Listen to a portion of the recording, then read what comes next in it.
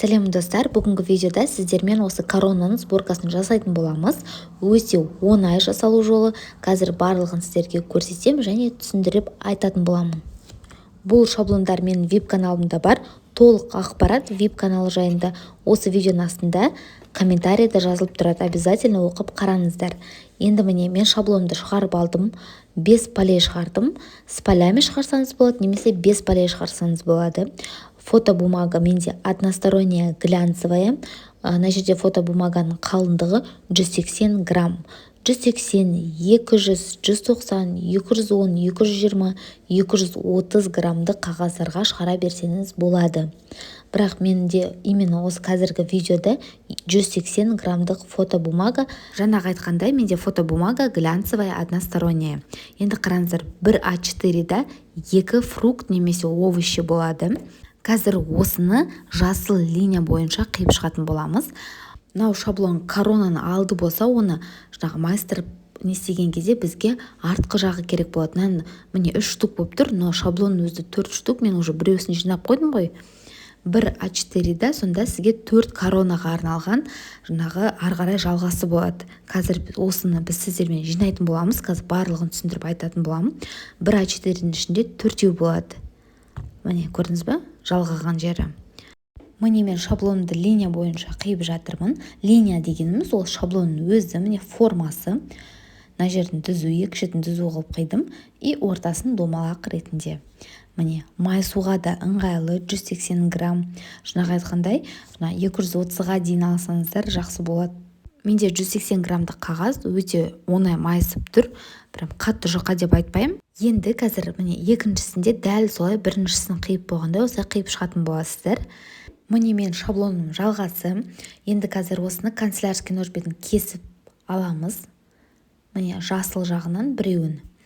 Айттым ғой, бір полоска, ол бір шаблонға арналған. Міне мен уже кесіп алдым. Қараңыздар, ешқандай бюговка жасамайсыз, жай ғана қиып аласыз.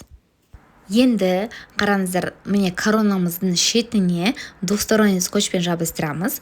Двухсторонний скотч сізде болмаса, онда обычный карандашевый клеймен жабыстырып қойсаңыз болады. Қазір мен бірінші двухсторонний скотчпен көрсетіп жатырмын. Примерно мен қалай жұмыс істейтінімді.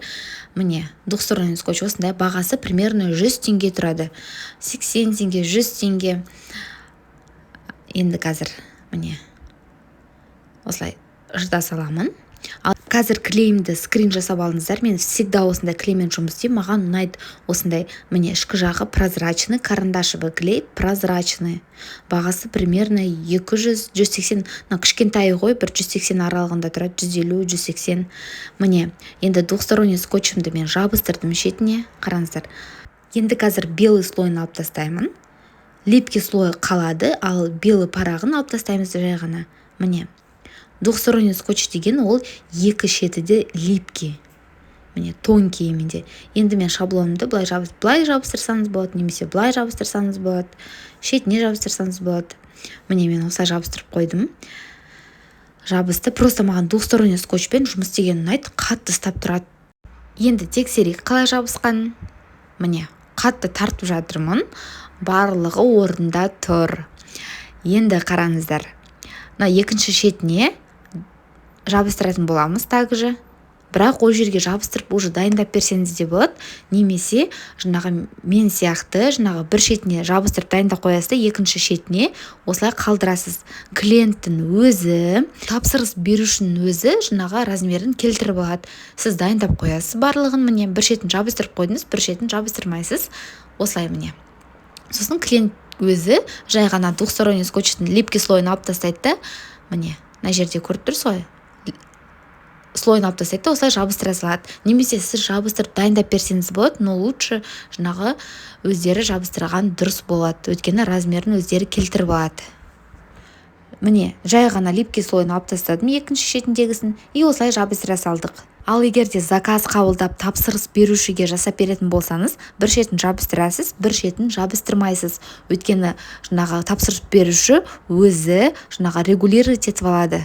Оқушының мысалы басына сәйкес міне осылай жасап бересіз. И клиенттің өзі жабыстыра салады осы жерін. Міне осылай Міне клубничкамыз қалай тұр, дәл солай жасап бересіз. Егер де клиент жабыстырып бер десе, онда жабыстырып бере саласыз. Көрдіңіз бе, двухсторонний скотч қатты ұстап тұрады, ештеңке ашылмайды. Міне біздің коронамыз дайын, тек қана осы жеміс-жидектер емес, басқа да овощи, фруктылар бар. Видеомды соңына дейін қарағандарыңызға рахмет. Заказ алушыларға көп мол табыс тілеймін. Көп заказдарыңыз бола берсін. Ал егер де мен видеомды бірінші рет көріп жатқандарға VIP канал жайлы ақпаратты білгіңіз келсе, астындағы комментарийді оқысаңыздар болады.